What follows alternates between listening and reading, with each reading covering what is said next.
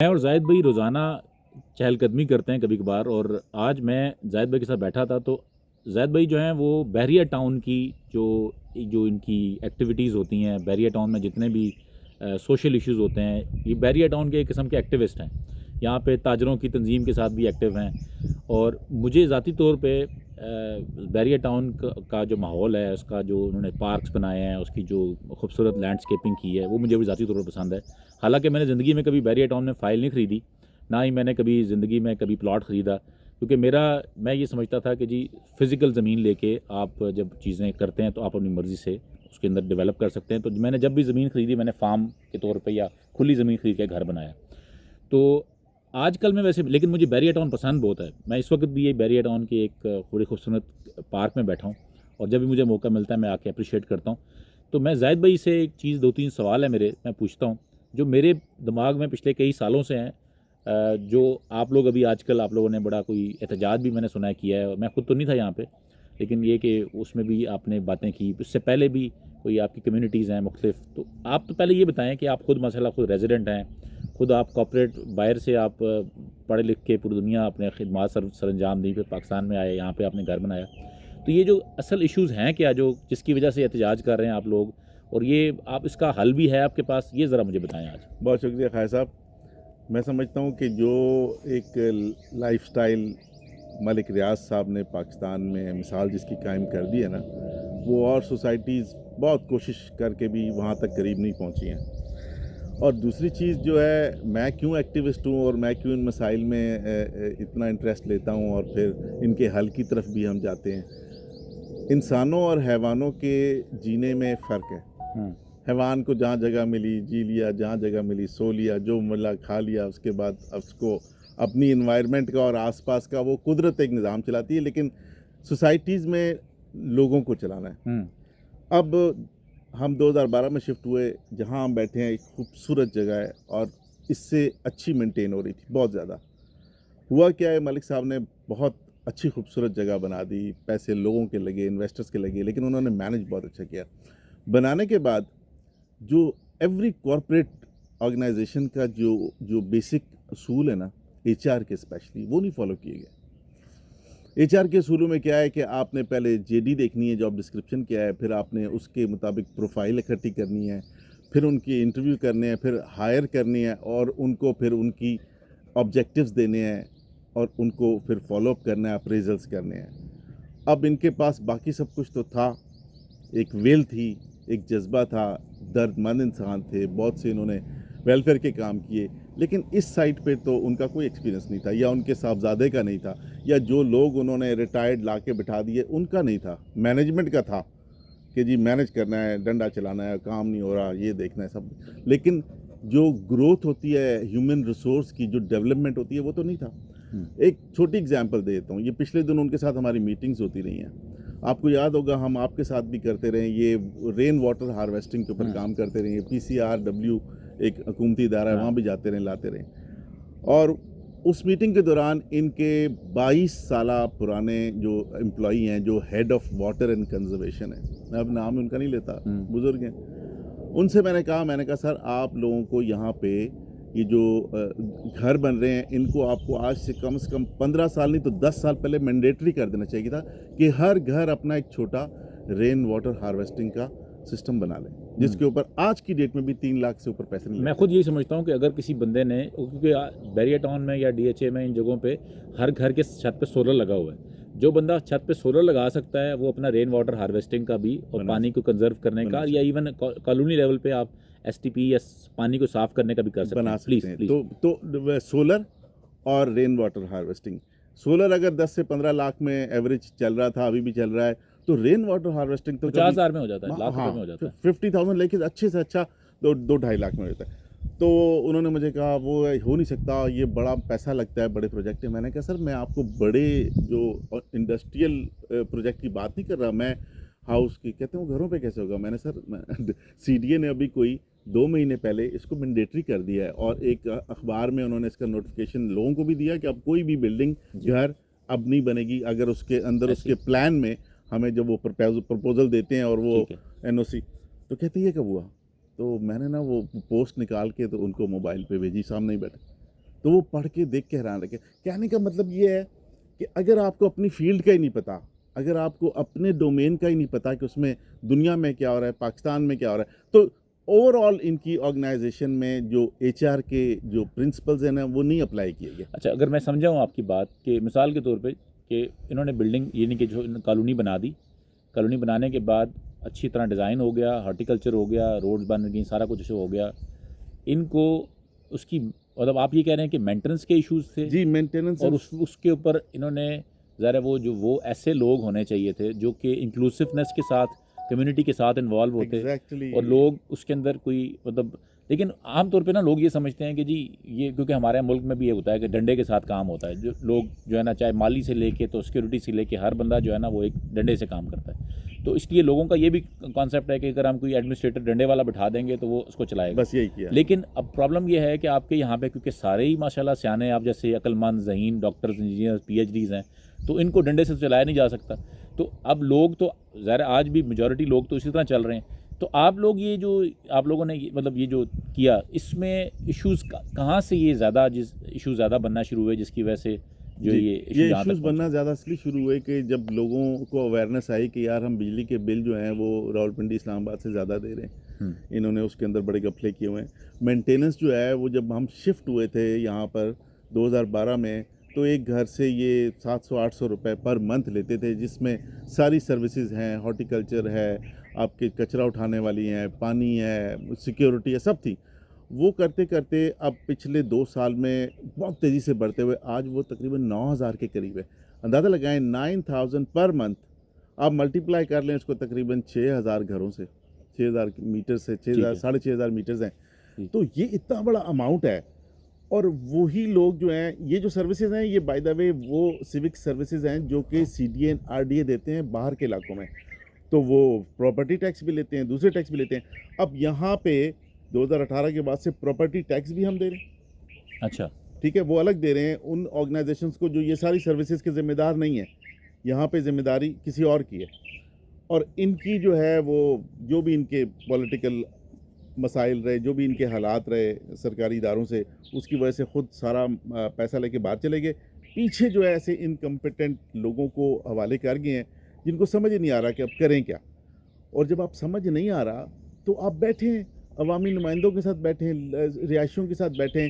जो एक कानून है आरडीए के एक्ट में और सीडीए के एक्ट में कि 5 साल के बाद कोई भी सोसाइटी जो डेवलपमेंट ख़त्म कर लेती है, प्लॉट बेच देती है, उसके बाद उसका कोई ताल्लुक नहीं है मैनेजमेंट से। उसके बाद रिहायशियों की तंजीमें बनती हैं, ओनर्स एसोसिएशन, और वो चलाती हैं, और जाहिर है उनका स्टेक है। अच्छा, एक यहाँ पे मेरा सवाल ये है, क्योंकि मैं भी मुख्तलिफ बॉडीज़ में इन्वॉल्व रहा हूँ कि जब तक तो कोई डंडा होता है, मिसाल के तौर पे जब हमारे यहाँ कल्चर ये है कि बिजली कटेगी तो उनको ख़तरे से लोग बिजली का बिल जमा कराते हैं। पानी अगर चलता रहेगा, हमारे यहाँ इंटरनेट अब जब तक उसको हम उस वक्त बिल जमा कराते हैं जैसे वो डिस्कनेक्ट होता है। बिल्कुल सही। तो जो लोग मेंटेनेंस सर्विसेज या लोग पेमेंट्स करते हैं, वो तो इस वजह से पेमेंट करते हैं ना कि अगर हमने पेमेंट ना दी तो जो है मीटर कट जाएगा, और उसके ऊपर एक ऊपर समझ लें खतरा या डंडा, या चाहे वो सरकार का डंडा हो या किसी ऐसी किस्म की अथॉरिटी का डंडा हो, तो उस वजह से करते हैं।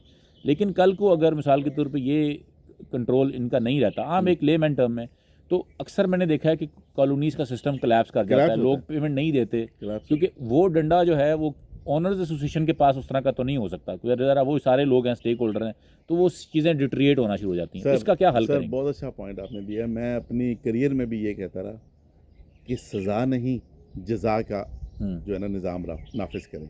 आप किसी को सज़ा देते रहेंगे, डंडा चलाते रहेंगे, तो आप कब तक चला सकते हैं। लेकिन आप किसी को एडवांटेज देंगे, बेनिफिट देंगे, इंसेंटिव देंगे, वो आपके लिए लंबी रेस का घोड़ा बनेगा, आपका चाहे एम्प्लॉई हो चाहे कोई भी हो।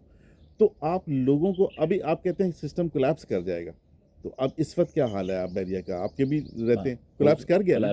वो डंडे से उन्होंने चलाया तब भी कोलैप्स कर गया, क्योंकि वो विल नहीं थी, वो नीयत नहीं थी। नीयत क्या थी? पैसा बनाना है। भाई आप बनाएं पैसा। अभी भी आपके पास जो आपके एवेन्यूज़ हैं पैसा बनाने के, उसमें मैं आपको 25 एवेन्यूज़ नए दे सकता हूँ जहाँ आप पैसा नहीं बना रहे। एक बिजनेस पॉइंट ऑफ व्यू से आप सोचें, आप ये देखें, आप जिस पार्क में बैठे हैं, क्या इस पार्क में अच्छी और मज़ीद फैसिलिटीज़ दे के आप इसके एंट्री टिकट नहीं लगा सकते? पैसा बनाएं। आप इसमें शॉप्स बना दें, कमर्शियल एक्टिविटी कर दें, लोग ज़्यादा आएंगे। आप इसमें ऐसे गेम्स बना दें बच्चों के लिए बाहर के मुल्कों में क्या है, गेम्स लगे हुए हैं, चलें उनको मैनेज करना है, उन्होंने कॉइन डालने का बनाया हुआ है, कॉइन डालें, आप एवेन्यू हैं पैसा बनाने के, लेकिन आपकी विल ये होनी चाहिए कि आपने लोगों को जो उनका पैसा ले रहे हैं उसका आप उसको रिटर्न भी दें, आप डंडा ना चलाएं, लोगों के लिए एक इंसेंटिव होगा वो खुद ही। अच्छा, अभी अगर हम चलें यहाँ से, मैं खुद ज़ाती तौर पे अगर मेरा ना, मैं जो ये ख़ास तौर पे जो बैरियर टाउन की जो ये इन्वायरमेंट है, और बड़ा खूबसूरत उन्होंने बहुत सी चीज़ें जो डेवलप कर दी हैं वो तो बहुत अच्छी हैं, उसमें अगर एक अच्छा इंक्लूसिवनेस, यानी कि उसके अच्छे एक्सपर्ट्स उस पर हायर किए जाएँ, वो ऊपर टीम ऊपर बैठे, चाहे वो हॉर्टिकल्चर के हों चाहे पानी के हों। मेरी नज़र में ना, लोग कहते हैं जी कि यहाँ पे बैरियर टाउन में पानी का इशू है, पानी को, और ये हाईएस्ट रेनफॉल एरिया है, ठीक है, आप सिर्फ वाटर मैनेजमेंट अच्छी कर लें, लोगों को एजुकेट कर लें, पानी को हमने कंजर्व कैसे करना है, रेन वाटर की जैसे आपने मिसाल दी वो है हमारे पास नीचे, मतलब चाहे वो सवां का जो है लोग इस्तेमाल करते हैं पानी, या दूसरे भी जो पानी है, तो पानी का इशू नहीं है, सिर्फ मैनेजमेंट का इशू है। इसी तरह ही जो जैसे सिक्योरिटी का आपने जैसे बात की, सिक्योरिटी में भी एक इस तरह की चीज़ें, तो अगर लेट्स से एक मिनट के लिए जो भी आपने रिसेंटली जो हुआ है पिछले दिनों 2-4 दिन पहले, इसका एजेंडा क्या था, ये लोगों सर को ये थोड़ा सा एहतजाज educate- इसलिए हुआ था कि बाकी सारे मसाइल जो मैंने पहले जिक्र किया, पानी का बहुत सीरियस मसला बन गया है। अब हम हमारे ग्रुपों में ऐसे लोगों की पोस्ट देखते हैं जिनके छोटे छोटे बच्चे हैं घर पे, या बुज़ुर्ग माँ बाप हैं, और वो पानी के लिए तरस रहे हैं, और इनकी जो ज़ाहिर है जो शुरू में इनके इश्तिहारात थे कि जी बिजली पानी गैस का कोई प्रॉब्लम नहीं होगा, तो इनसे अगर अभी बात की जाए तो इनका कहना ये है कि जी आबादी इतनी बढ़ गई है, तो अभी लोग इतने हो गए हैं, तो हम टैंकर कहाँ से दें, तो पानी भी नीचे, वाटर टेबल नीचे चला गया ऑब्वियसली, निकाल के। तो अगर ये सब कुछ आपके पास कॉम्पिटेंट लोग होते, विजन रखने वाले लोग होते, तो दूरंदेशी से उन्होंने प्लान करना था ना।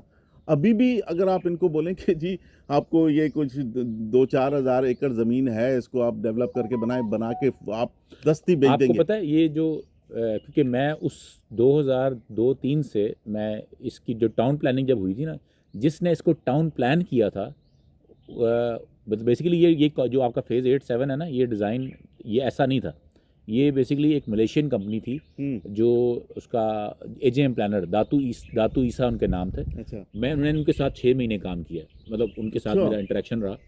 तो इस जो बैरियर टाउन का ये जो आपका फेज़ 7-8 है ना, इसके अंदर एक बहुत बड़ी लेक थी। हाँ, मास्टर प्लान में एक बहुत बड़ा आपका वाटर रिचार्ज का एक लेक था, उस लेक के गिर्द ये पूरा उन्होंने टाउन प्लान करना था। वो पता नहीं अब लेक कहाँ गई। वो डोमिनियन ठीक है। मॉल बन गया वो लेक अच्छा, की जगह। उसी तरह और हर, क्योंकि जो मलेशियन डिज़ाइनर थे, मैंने उनके साथ, क्योंकि यहाँ पे नहीं था वो, बेसिकली उन्होंने मरी की तरफ उन्होंने प्रोजेक्ट पूरा डिज़ाइन किया था, वहाँ पे भी वो अभी आजकल जो गॉफ सिटी है ना जो मरी में, उसके पीछे का वो इलाका था, वो किसी और कंपनी के लिए वो डिज़ाइन हुआ था। तो बहरहाल वो फिर पूरे का पूरा as it is copy paste इन्होंने कर लिया अपने पास, उनसे ख़रीद लिया वो डिज़ाइन जो AGM planner. Datu Isa was the person जिसने कि मलेशिया का कैपिटल पुत्रा जाया बनाया है। Okay, he was the guy जिसने कि ये इसका जो मास्टर प्लान है वो डिज़ाइन किया था। बाद में फिर आगे उन्होंने लोग अपने स्टिकर लगा दिए कि जी ये हमने किया सारा कुछ, लेकिन दातू ईसा की company AGM planner was the master architect.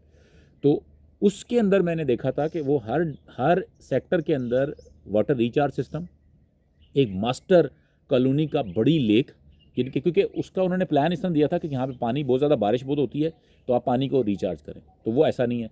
आज भी मैं स्वां पे वीडियोस बनाता हूँ, जी, आपका जो सारा ड्रेन का पानी अभी मतलब नहरों की नहरें बह रही हैं, जो आपका यही जो ड्रेन वाटर है जो है वो जा रहा है, और डायरेक्टली अगर हम ग्रे वाटर को और जो ना आपकी जो ब्लैक वाटर को उसको अलहदा कर दें, तो हम ना सिर्फ आपके तमाम जो आपके पार्क्स हैं और ये सारी चीज़ों को बड़ा अच्छे तरीके से ऐसे ही। अच्छा, तो अब हम मिसाल के तौर पे, ये मैं साथ ली तड़का मैंने इसलिए दिया कि अगर मिसाल के तौर पे कल को ये चीज़ें कोलैप्स कर जाती हैं, और जिस तरह अभी उन्होंने वो भी अकाउंट्स पर अभी सीज कर दिए, तो आपके लिए आपके पास आगे वे फॉरवर्ड क्या है, प्लान क्या है, कैसे लोग, क्योंकि लोग तो इस वक्त परेशान होंगे कि जी हम कैसे कल को चलाएंगे। ख्वाजा साहब, इसका वे फॉरवर्ड प्लान मैंने नहीं देना, किसी और ने नहीं देना। इसका वे फॉरवर्ड प्लान सरकार ने आरडीए और सीडीए के एक्ट में दिया हुआ है, उनकी वेबसाइट पे, कि फिर अगर ये सूरत हाल हो जाती है तो they are suppose to appoint an administrator overall, ठीक है, जहाँ इनके एग्जीक्यूटिव डायरेक्टर इस वक्त बैठे हैं, बाकी तो चले गए दुबई, वहाँ पे they will appoint an administrator will call all the stakeholders, और उन ऑल स्टेक होल्डर्स के जैसे रिहायशी हैं या ताजर हैं, उनके नुमाइंदों को वो मॉनिटरिंग में, ऑब्जर्वेशन की टीम में रखें। इनकी, हम नहीं चाहते किसी की नौकरियां जाएं, इनकी मैनेजमेंट, इनकी टीम जो 20-20 साल से बैठे हुए हैं उनको, लेकिन फिर उनको काम करना पड़ेगा।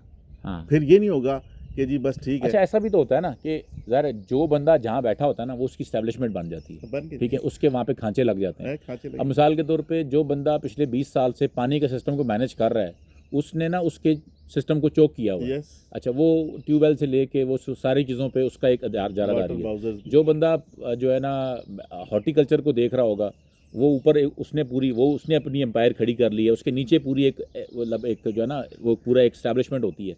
इसी तरह ही अगर कोई बंदा इलेक्ट्रिसिटी में है, हो सकता है इलेक्ट्रिसिटी में उनकी लाइनें सेट हों, तो गैस वालों में गैस की लाइनें सेट होंगी, सर सिक्योरिटी वाले जो इतनी बड़ी सिक्योरिटी की यहाँ पे है, हाँ हो हाँ सकता है सिक्योरिटी की कंपनियाँ हैं जो कि पूरा ब्लैकमेलिंग है।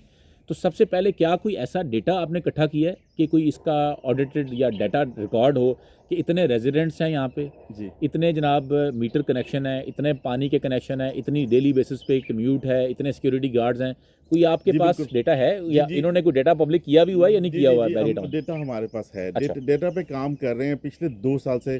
पहले तो जो डेटा था वो तो इधर उधर से आता था, अब 2 साल से हम डेटा पे काम कर रहे हैं। फॉर एग्जांपल आपने सिक्योरिटी की बात की, सिक्योरिटी एक थर्ड कंपनी को इन्होंने आउटसोर्स की थी आज से 4-5 साल पहले शायद। अब उस कंपनी ने, ज़ाहिर है वही आपकी वाली बात है, जब वो एक अब उसके पास पावर आ जाती है और उसको नज़र आता है, उन्होंने अपनी प्राइवेट जो गार्ड्स उन्होंने देने होते थे, कुछ लोग जो ठीक ठाक हैं जो अपने घर पे खुद गार्ड रखना चाहते हैं, अपनी दुकान पे रखना चाहते हैं, वो उनके गार्डों की तादाद बैरिया टाउन ने जो उनसे गार्ड लिए उससे डबल हो गई है। दोबारा बोलेंगे? बैरिया टाउन ने एक आउटसोर्स की है एक कंपनी को सिक्योरिटी। पहले हाँ। बैरिया टाउन की अपनी सिक्योरिटी होती ठीक थी है। कि हमारे गेट पे अभी आप ठीक है। एंटर हुए हैं, या ठीक है। जो विजिलेंस टीम जो उनकी घूमती है जी। गेटों पे, जो आपके सारे जी, एंट्री ठीक है। एग्जिट पॉइंट्स पे, इन्होंने उसको आउटसोर्स कर दिया एक थर्ड कंपनी को। ज़ाहिर है कॉन्ट्रैक्ट पे किया।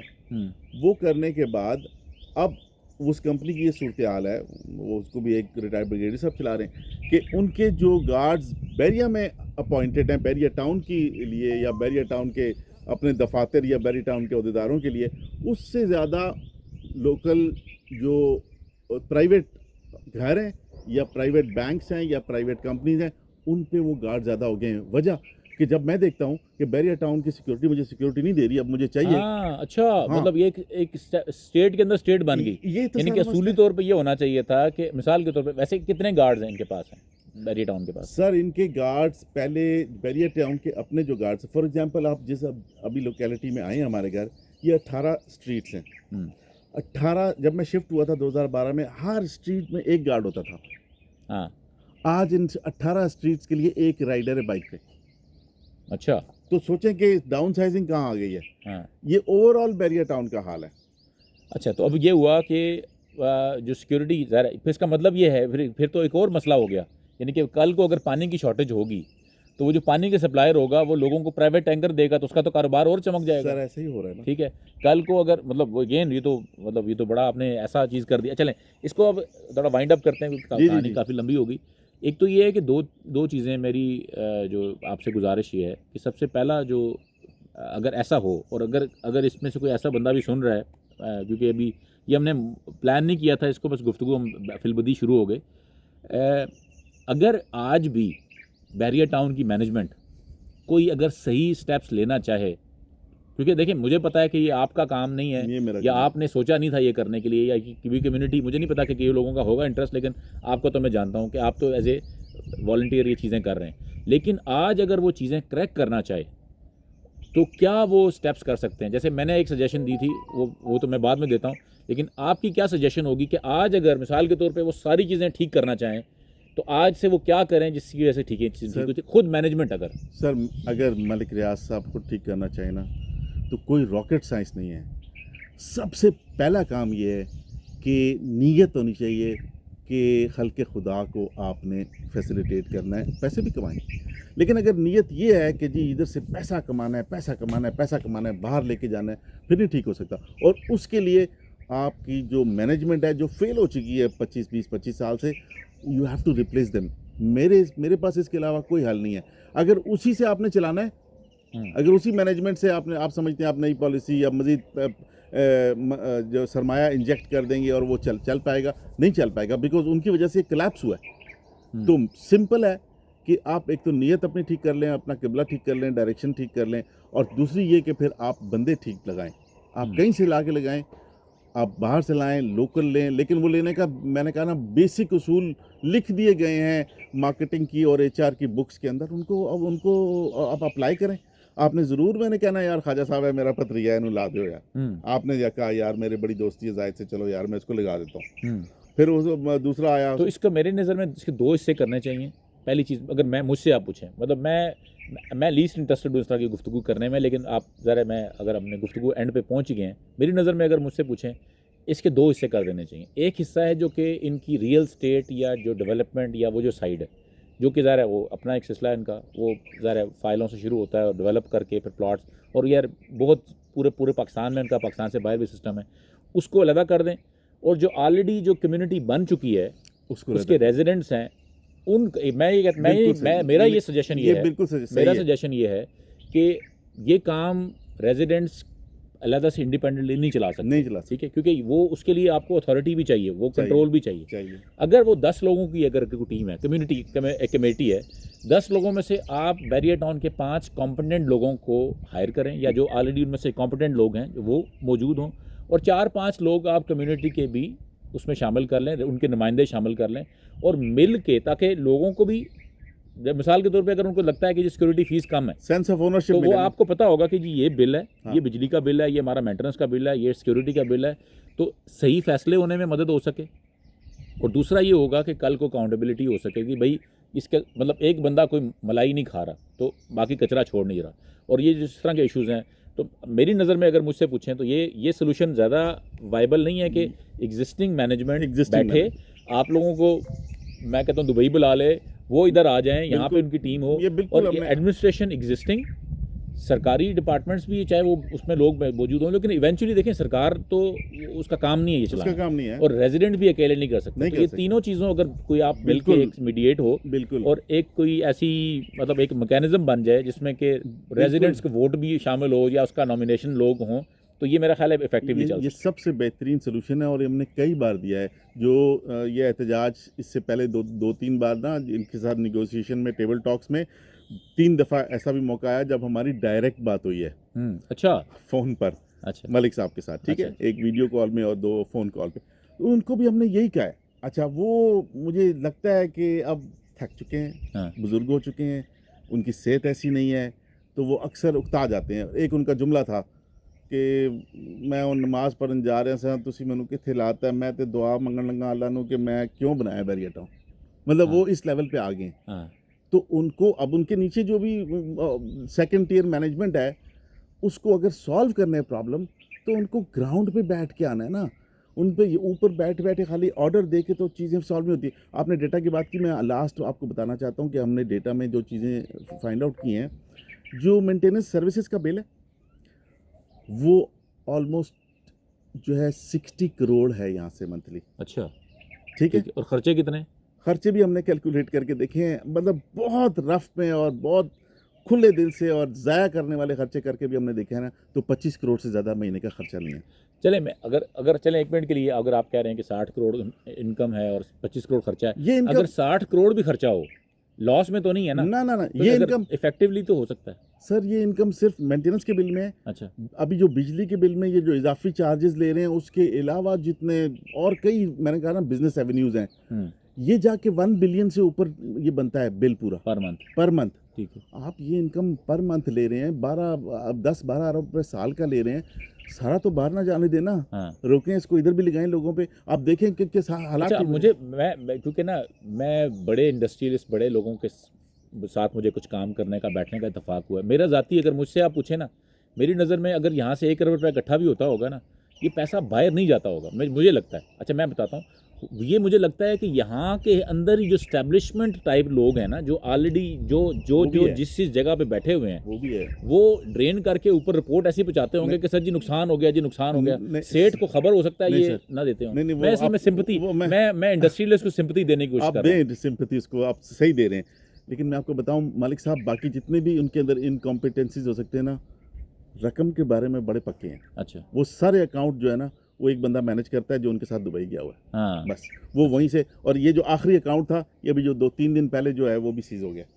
अच्छा, तो अब तो इनके पास अपनी सैलरीज के लिए देने के लिए पैसे नहीं है हाँ। भाई। एक तरफ आप वो मसला है, एक तरफ आप मतलब आपका ये कहना है कि ये जो मतलब वो जिस तरह पाकिस्तान से पिछले 20-30 सालों में, मैं अक्सर दोस्त मेरे कहते थे ना, बाहर जाके जो लोग पाकिस्तान से बिज़नेस करते हैं, जो पाकिस्तान से पैसे लेके बाहर बिज़नेस करने गए हैं, तो मैंने कोई 1000 बंदों को अगर मैंने डाटा लिया होगा ना, जो पाकिस्तान से पैसा लेके बाहर इन्वेस्ट किया है जिन्होंने, मैंने उन 1000 बंदों में से ना 10 बंदों को भी ना बाहर जाके पैसा कमाते देखा नहीं है। ऐसे ही है, उनके पैसे पाकिस्तान से ही कमा के वहाँ जा ऐसे रहे ही है हैं। यहाँ तो पे। आपका ये कहना है कि ये जो भी यानी कि उनका जो सारा सेटअप है, उनका किचन जो है वो यहीं से चल रहा है, चल रहे हैं यहाँ ठीक है। से चल रहे हैं। तो इसको अगर मैं इन ऑर्डर करना है अगर, तो इस किचन को अगर ठीक कर लिया जाए और इसकी जो भी रिसोर्सेज हैं उसको अच्छा कर लिया जाए, तो मेरा ख्याल है ये, और एटलीस्ट जो रेजिडेंट्स हैं वो रेजिडेंट्स जो हैं वो ठीक सर रेजिडेंट्स की भी जिम्मेदारी बनती है, सारी जिम्मेदारी जो है ना इसकी मैनेजमेंट की या रेजिडेंट्स को करना चाहिए। वो रेजिडेंट्स चीज़ों को सिर्फ क्या